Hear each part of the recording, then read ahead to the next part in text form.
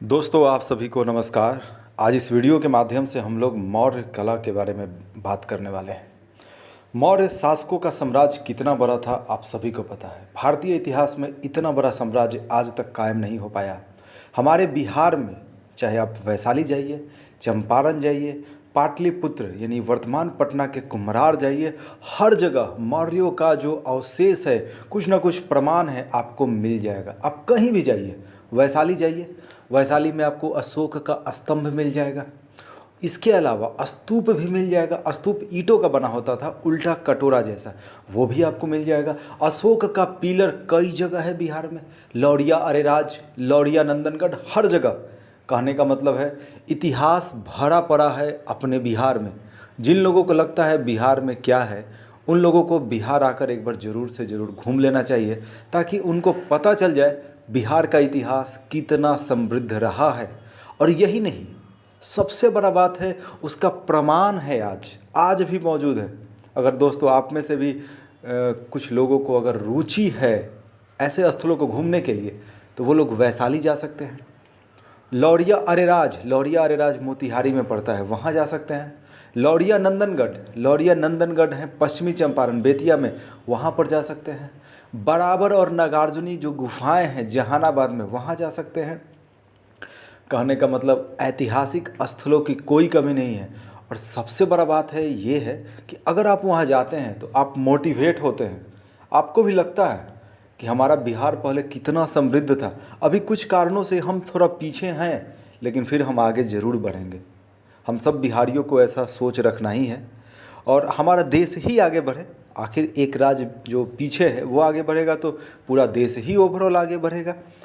तो आज इस वीडियो के माध्यम से हम लोग विस्तार से समझने वाले हैं मौर्यों के कला के बारे में।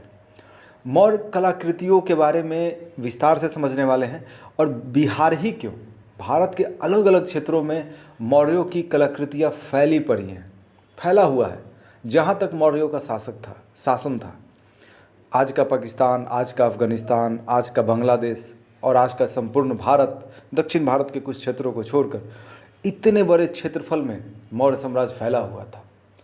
तो मौर्य साम्राज्य में कलाकृतियों का निर्माण हर जगह शासकों ने करवाया था। और बिहार में तो भरा पड़ा है।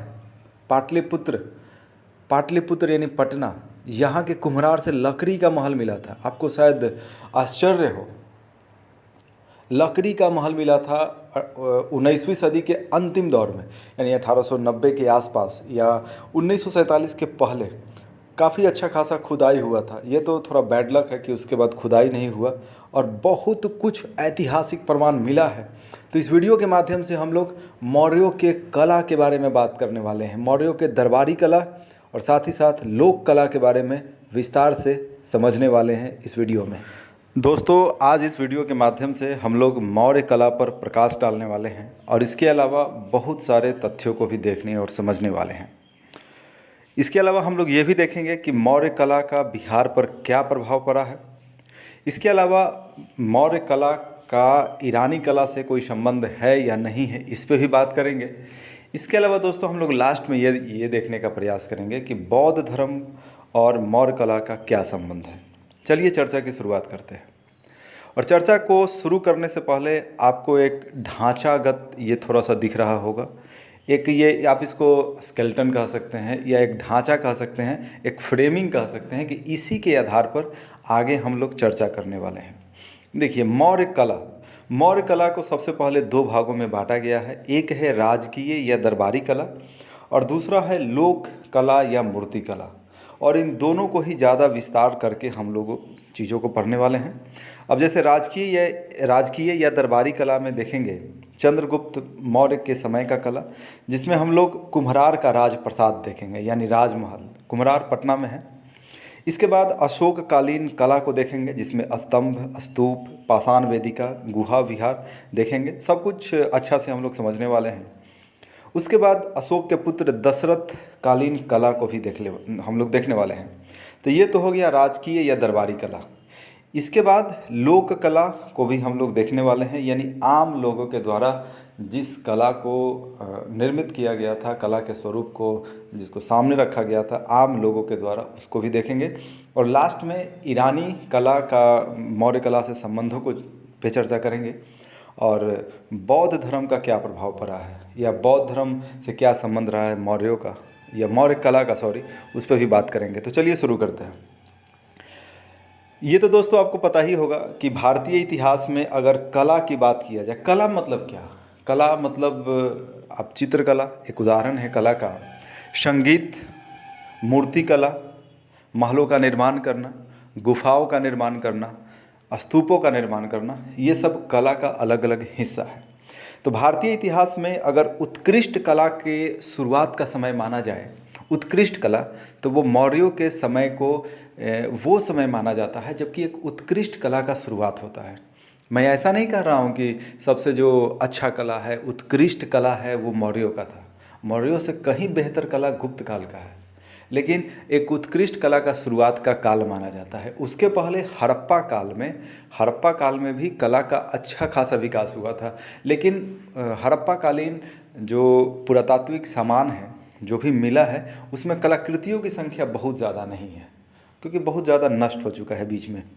लेकिन मौर्यकालीन जो कलाकृतियां हैं अभी भी बड़े स्तर पर आपको मिल जाएंगी। बिहार में, उत्तर प्रदेश में, मध्य प्रदेश में, उड़ीसा में, उत्तराखंड में, हर जगह फैला हुआ है। तो चलिए आगे हम लोग और चीज़ों को देखते और समझते हैं। तो चलिए दोस्तों आगे हम लोग बात करते हैं मौर्य कला पे और विस्तार से।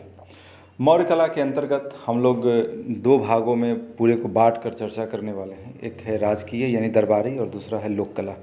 तो राजकीय कला की शुरुआत करते हैं। उसमें भी सबसे पहले चंद्रगुप्त मौर्यकालीन कला को देखते हैं। चंद्रगुप्तकालीन जो चंद्रगुप्त मौर्य के समय का कलाकृतियाँ थी उसमें बस एक ही है, वो है कुम्हार का राजप्रसाद। यानी कुम्हार में लकड़ी का भवन था, उसका अवशेष मिला है, 2 बार उसका खुदाई हुआ है कुम्हार में, एक आज़ादी के पहले और एक बार आज़ादी के बाद। उसके बाद फिर आगे खुदाई हुआ नहीं है, जबकि खुदाई होना चाहिए था, लेकिन ऐसा कुछ हुआ नहीं है। जहाँ तक उसके आकार और साइज़ की बात है कुम्हार के महल का, तो 140 गुना 120 यानी 140 फीट लंबा और 120 फीट चौड़ा उसका पूरा डायमेंशन था, आकार था। और महल में बहुत कुछ थे, जैसे महल ही होगा तो जाहिर सी बात है बहुत सारे कमरे होंगे, राजा के रहने के लिए अलग उसमें मतलब बहुत बड़ा भव्य कमरा होगा, उसी में उनका जो राज दरबार भी होगा। तो जो मुख्य सभा भवन था उस पूरे बिल्डिंग में, लकड़ी का जो बिल्डिंग था उसमें 84 पत्थर के स्तंभ लगे हुए थे।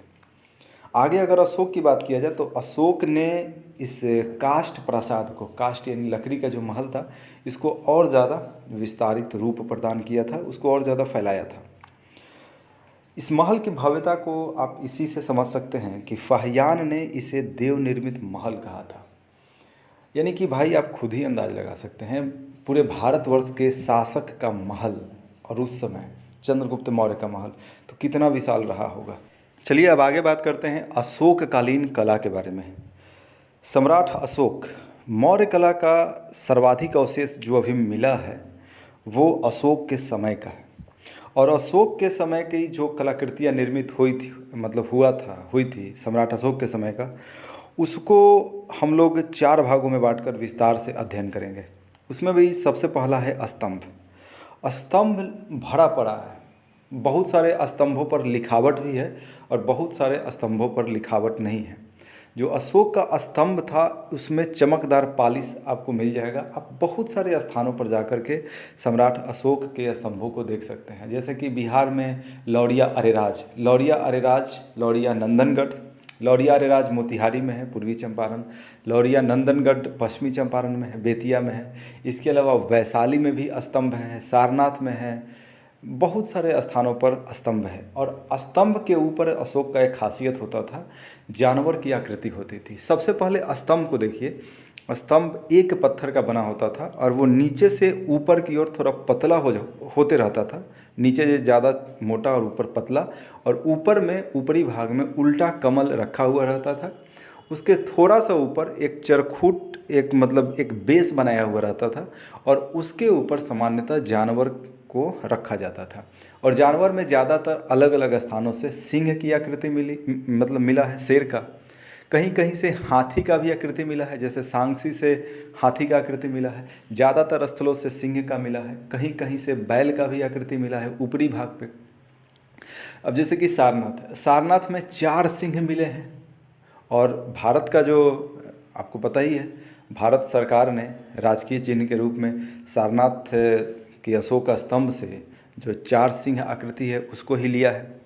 तो अशोक का जो स्तंभ है एकदम विलक्षण कलाकारी वहाँ से दिखता है, और 2300 वर्ष पुराना होने के बावजूद भी उनमें चमक अभी भी बरकरार है एकदम। उसमें शाइनिंग का तो मत ही पूछिए। बहुत सारे स्तंभ हैं, कुछ का तो मैंने अभी नाम बताया ही, लौरिया अरेराज, लौरिया नंदनगढ़, वैशाली, दिल्ली टोपरा, दिल्ली मेरठ, इलाहाबाद, रामपुरवा, लुम्बिनी, सारनाथ कई जगह पे है। और अलग अलग जगह पर अलग अलग उसका थोड़ा सा ढांचागत अंतर भी दिख सकता है। कुछ पे लिखावट भी है ब्राह्मी लिपि में और कुछ में लिखावट नहीं भी है। तो ये है। तो ये तो बात हो गया स्तंभ का। और हाँ, स्तंभ के बारे में एक चीज़ और, स्तंभ खुले आसमान के नीचे वो पूरा का पूरा स्तंभ मिलता है। कहीं भी आप स्तंभों को जाकर देखिए, एकदम खुला आसमान में है, एकदम सिंगल पीस बना हुआ रहता था एक पत्थर से। तो जाहिर सी बात है कहीं से पत्थर लाया जाता था, और पत्थर सामान्यतः बलुआ पत्थर होता था, लाल बलुआ पत्थर उत्तर प्रदेश के मिर्ज़ापुर से लाया जाता था यहाँ पर। चलिए, यानी आप कह सकते हैं कि मिर्ज़ापुर उस समय कारखाना रहा होगा जहाँ से पत्थरों को तराश कर लाया जाता था। चलिए, स्तंभ हो गया। उसके बाद बात करते हैं स्तूप का। स्तूप होता क्या है? स्तूप देखिए, महात्मा बुद्ध के मृत्यु के बाद उनके अवशेषों को 8 भागों में बांटकर अलग अलग स्थानों पर उसको फैला दिया गया था, ताकि बुद्ध की जो शिक्षाएं हैं अलग अलग स्थानों पर पहुंच जाए। और जहाँ भी उनके शरीर के अवशेष जहाँ भी पहुँचा वहाँ पर एक स्तूप का निर्माण हुआ। स्तूप देखिए, आप उल्टा कटोरा को उल्टा करके रख दीजिए, यानी कि सेमी स्फेयर, एक जो सेमी स्फेयर उसको कह सकते हैं, उल्टा कटोरा का साइज़ का एक उल्टा गुंबद, गोल गुंबद आप कह सकते हैं, उस आकार का। आप आकार को देख भी सकते हैं यहाँ पर। और ये सामान्यतः ईंट का बना होता था, या कुछ कुछ जो स्तूप है बहुत रेयर केस में पत्थर का यानी प्रस्तर का बना होता था। ज़्यादातर स्तूप ईंट का ही बना होता था। और ये बौद्ध धर्म के अलावा जैन धर्म के लिए भी बहुत ही प्रमुख और पवित्र स्मारक हुआ करता था। सम्राट अशोक ने बहुत सारे स्तूपों का निर्माण कराया। कहा जाता है, ऐसी अनुश्रुतियां हैं कि 84,000 बौद्ध स्तूपों का निर्माण सम्राट अशोक ने कराया था। आप इसी से अंदाज लगा सकते हैं। चलिए, तीसरा हम लोग क्या देख रहे हैं? अशोककालीन कला। पहला हमने देखा स्तंभ, दूसरा स्तूप, तीसरा पाषाण वेदिका। वेदिका का मतलब होता क्या है? देखिए, वेदिका का मतलब होता है रेलिंग। रेलिंग जैसे सांची स्तूप का ये जो चित्र आपको दिख रहा है, इसके चारों तरफ पत्थर से एक रेलिंग किया हुआ है। बीच में स्तूप है और चारों तरफ पत्थर का रेलिंग किया गया है। जो रेलिंग है इसी को वेदिका कहा जाता था। अब रेलिंग देखिए, स्तूप का भी रेलिंग होता था। स्तूप का, या जो बौद्ध विहार होते थे, बौद्ध विहार जहाँ बौद्ध भिक्षु ठहरते थे, बौद्ध विहार, और उसी से बौद्ध विहार से ही हमारे इस राज्य का नाम बिहार पड़ा है, विहार से। तो जो पाषाण वेदिका था, या तो वो स्तूप के भी चारों तरफ रहता था, या कहीं कहीं जो विहार होते थे बौद्ध भिक्षुओं का ठहरने का, वहाँ भी चारों तरफ रेलिंग दिया हुआ रहता था। तो चलिए, आप लोग समझ गए हैं। ऐसे पाटलिपुत्रा में 3 वेदिकाओं का प्राप्ति हुआ है, और ये वेदिकाएं भी एकदम चमकदार पालिश युक्त था। एकदम मतलब लगेगा कि एकदम इसमें कुछ ही वर्ष पहले का है, जबकि दोस्तों ये 2300 वर्ष पुराना है। आप अंदाज लगा सकते हैं, और इनका पालिश अभी भी है। तो ये हो गया पाषाण वेदिका। इसमें हमने लास्ट में क्या देखा कि पाटलिपुत्र में खुदाई के दौरान 3 वेदिकाएं मिला था। आगे है गुहा विहार। गुहा विहार ये क्या है? सबसे पहले विहार मतलब क्या? विहार कहा जाता है बौद्ध भिक्षुओं के ठहरने के स्थल को, और गुहा का मतलब हो गया गुफा। यानी गुफा में अगर बौद्ध भिक्षुओं के ठहरने के लिए कुछ बना दिया जाए तो उसी को कहेंगे गुहा विहार।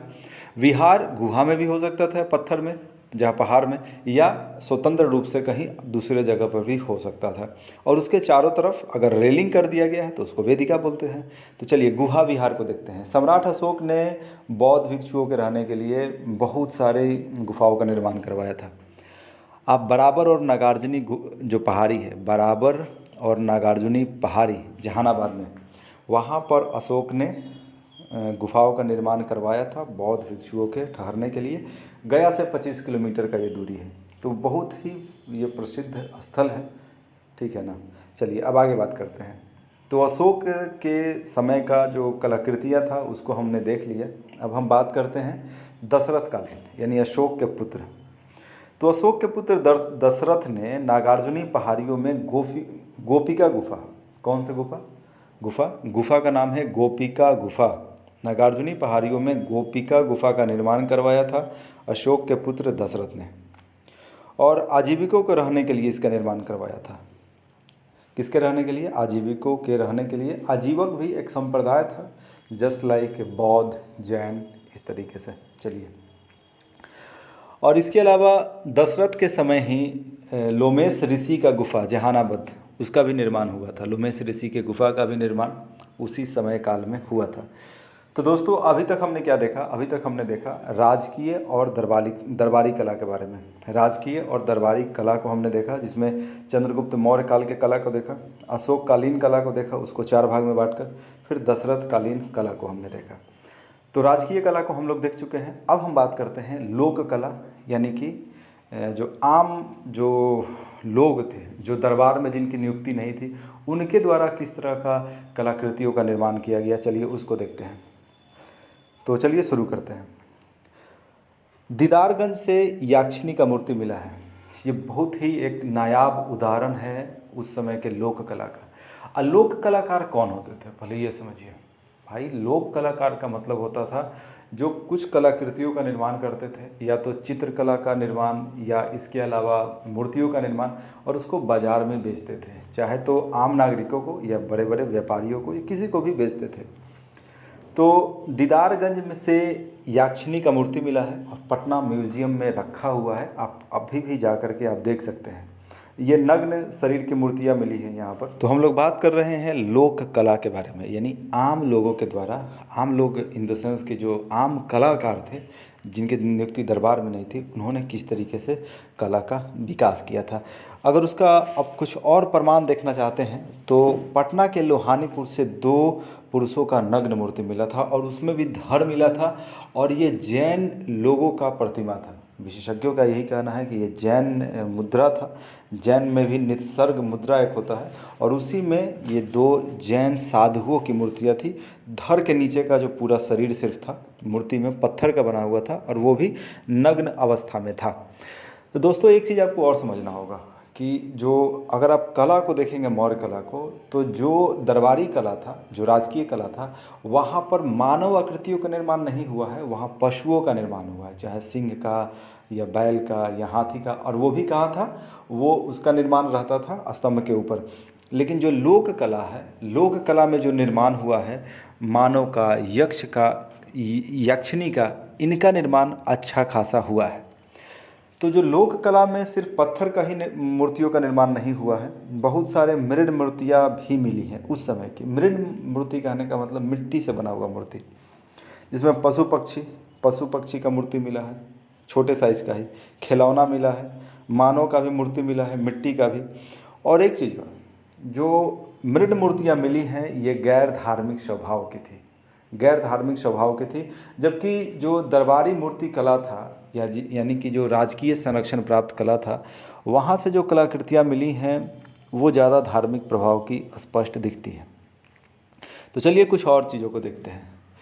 आपको एक चीज़ तो बिल्कुल ही स्पष्ट रूप से समझना होगा कि पॉलिश एक खासियत था, एक विशेषता था मौर्य कला में। आप किसी भी मूर्ति को देख लीजिए या स्तंभ को देखिए, आपको अगर देखना चाहते हैं तो आप देखिए, पॉलिश ज़बरदस्त मिलेगा। पॉलिश इतना है कि अब क्या कहा जाए, अभी भी वो पॉलिश विद्यमान है, जबकि खुला आकाश में रहता है। यानी पिछले 2300 वर्षों से धूप वर्षा का सामना करने के बावजूद भी वो पॉलिश जस का तस है। तो आप अंदाज़ लगा सकते हैं कि उस समय का विज्ञान और जो टेक्नोलॉजी है, साइंस टेक्नोलॉजी, किस स्तर का रहा होगा। तो चलिए इसके बाद हम और कुछ चीज़ों को देखते और समझते हैं, और आगे हम देखते हैं मौर्यकालीन हस्तशिल्प को। हस्तशिल्प यानी कि जो हाथ से बनाया जाने वाला क्या क्या चीज़ था उस समय। तो बहुत सारा चीज़ होगा, जाहिर सी बात है। क्योंकि आप ही बताइए ना, घर में जो वस्तुएं प्रयोग में आती हैं जैसे कि कुर्सी है, टेबल है, किचन में बहुत सारा जो बर्तन है, कहीं ना कहीं तो बनाया जाता होगा ना। तो मौर्यों के समय भी जाहिर सी बात है ये जो वस्तुएं थी कहीं ना कहीं निर्मित होता होगा। तो ये सब हस्तशिल्प के अंतर्गत आ गया। क्योंकि मौर्य शासन को अगर आप देखिएगा तो राजनीतिक एकता थी और शक्तिशाली केंद्रीय शासन था। इस वजह से व्यापार वाणिज्य का बहुत ज़्यादा उन्नति हुआ था। तो जाहिर सी बात है, वाणिज्य व्यापार होगा तो किसी वस्तु का ही व्यापार होगा, यानी कि बहुत सारे वस्तुओं का निर्माण मौर्यों के साम्राज्य में होता ही होगा। चलिए इसको थोड़ा सा देखते हैं। कच्चा धातु निकाला जाता था क्योंकि उस समय भी युद्ध होते थे, युद्ध के लिए बहुत सारे हथियार चाहिए, तो उसके लिए क्या था, कच्चा धातु निकाला जाता था, लोहा तांबा आदि। उसको गलाना, उसको शुद्ध करना, उसको लचीला बनाना, उसको अलग अलग ढांचा में तैयार करना, ये सब भी उस समय विद्यमान था। तो ये भी क्या हुआ, ये भी मौर्यों के कला का एक उदाहरण हो गया। इसके अलावा सोना चांदी तांबा लोहा के बहुत सारे खाद्यान्न मिलते हैं, और धातुओं से जाहिर सी बात है आभूषण बनेगा, बर्तन बनेगा, हथियार बनेंगे, सिक्के बनेंगे। सिक्के भी तो मिले हैं ना, मौर्यकालीन सिक्के भी मिले हैं। और जहाँ तक सिक्कों की बात है तो ज़्यादातर सिक्का चांदी का रहा है, कुछ तांबे का भी सिक्का मिला है, और इन सिक्कों को पंचमार्क सिक्का कहा गया है। मौर्यों के समय के सिक्का की हम बात कर रहे हैं।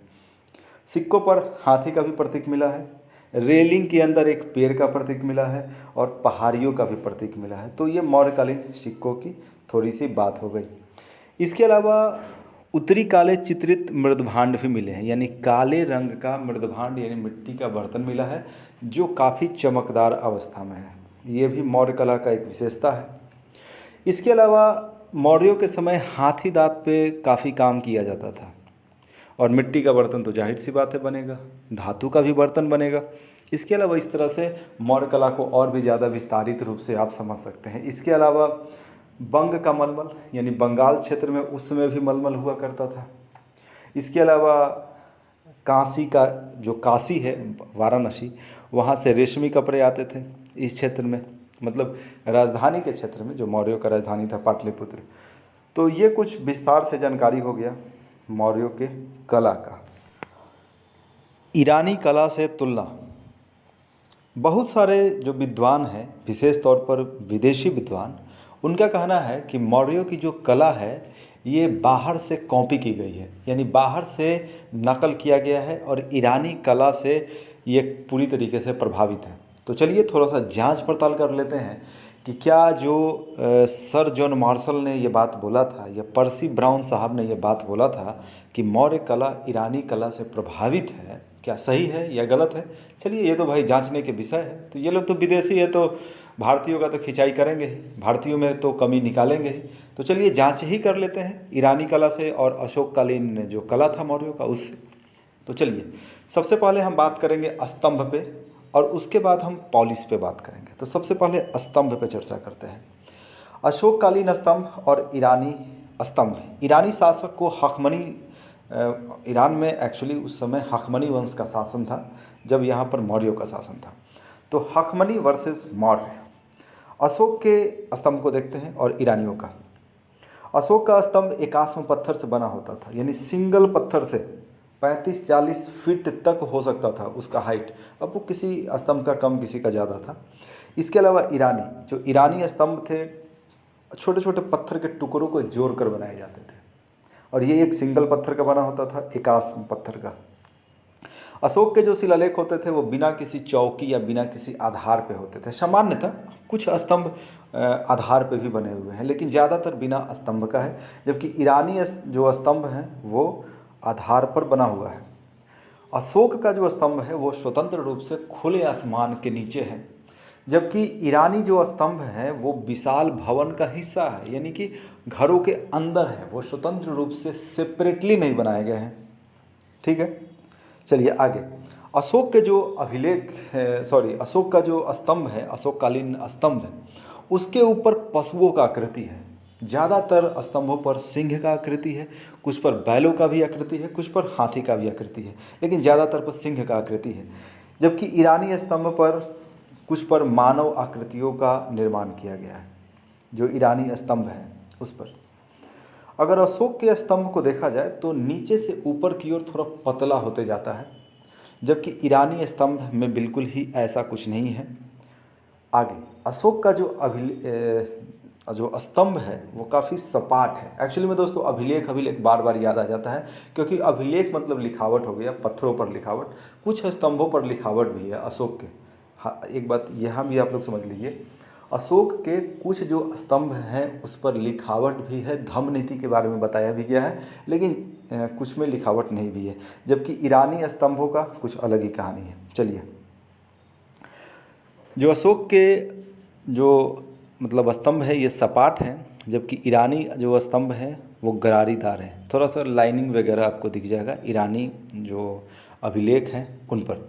थोड़ा देर पहले मैंने बताया, इसको भी क्लियर कर देते हैं। लिखावट की बात है, अशोक के भी स्तंभों पर लिखावट मिल जाएगा, कुछ पर मिलेगा कुछ पर नहीं मिलेगा, जबकि ईरानी स्तंभों पर भी सेम टू सेम कहानी है, कुछ पर लिखावट है कुछ पर नहीं है। तो वो वाला जो पार्ट है वो दोनों में डिफरेंस नहीं है, लिखावट वाला हिस्सा, तो उसको यहाँ से हटाना पड़ेगा। तो चलिए, आप लोग इतना तो देख लिए, यानी अंतर साफ साफ दिख रहा है। जब इतना ज़्यादा अंतर दिख रहा है तो सर जॉन मार्शल और पर्सी ब्राउन किस आधार पर कह रहे हैं कि ये कॉपी किया गया है ईरानी स्तंभों का? जाहिर सी बात है ये बिल्कुल ही अलग दिख रहा है, बिल्कुल ही सेपरेट दिख रहा है। पता नहीं किस आधार पर ये लोग बोलते हैं। इसके अलावा एक और भाई साहब हैं स्पूनर, उन पे भी बात करेंगे। थोड़ा सा एक बात को देखते हैं, वासुदेव शरण अग्रवाल जी को। वासुदेव शरण अग्रवाल जी को सैल्यूट है। उन्होंने साबित किया है कि ईरानी जो स्तंभ हैं और जो मौर्यकालीन स्तंभ है बिल्कुल ही एक दूसरे से अलग है, और भारतीय जो है जो स्तंभ है मौर्यकालीन, ये कॉपी बिल्कुल ही नहीं है।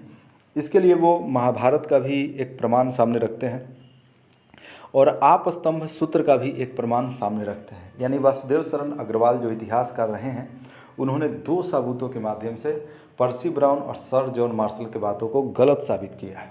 चलिए अब आगे। स्पूनर बोलते हैं कि ओपदार पालिश जो है ये नकल है ईरानियों का, यानी हखमनी जो शासक हैं उनका ये नकल है। इसके अलावा एक चीज़ और आप समझिए, जो मौर्यकालीन स्तंभ है उसके ऊपरी भाग में उल्टा कमल है, और उल्टा कमल के ऊपर एक जानवर का आपको मूर्ति मिल जाएगा। एक या कहीं कहीं 4 जानवर का भी मूर्ति मिल जाएगा, जैसे कि 4 सिंहों का है सारनाथ में। तो देखिए, जो स्पूनर है या अन्य जो विदेशी जो विद्वान हैं उनका कहना है कि जो उल्टा कमल है या जो ओपदार पालिश है, यानी काफ़ी जो चमक है मौर्यकालीन जो भी आकृति रहे हैं चाहे मूर्तियों में या स्तंभ में, ये सारा का सारा ईरान का कॉपी है, स्पूनर का कहना है और कुछ अन्य विद्वानों का। तो इसके जो इनका जो सोच है इसके खिलाफ भी प्रमाण है। क्या प्रमाण है ज़रा उसको देखिए। 600 से 200 ईसा पूर्व, 600 ईसा पूर्व से 200 ईसा पूर्व तक के बीच भारतीय क्षेत्र में काले रंग के चमकीले भांड मिले हैं। यानी मौर्यों के समय के पहले का भी उत्तरी काले चित्रित मृद भांड मिले हैं, यानी काले रंग का पालिश किया हुआ, और पालिश भी कैसा, चमकदार पालिश वाला मिट्टी का घड़ा मिला हुआ है, और जो मौर्यों के पहले का है अब भारत में मिला है। तो इससे क्या है, इससे ये साबित होता है कि ये जो गुण था, ये जो कलाकार थे इस तरह के, वो पहले से रहे हैं और उनका पीढ़ी दर पीढ़ी वो लोग आगे अपने गुण को पीढ़ी दर पीढ़ी आगे बढ़ाए हैं। तो इसका मतलब जाहिर सी बात है कि जो चमकदार पालिश चोरी किया गया है, नकल किया गया है ईरानियों से, ये बिल्कुल ही गलत साबित हो जाता है।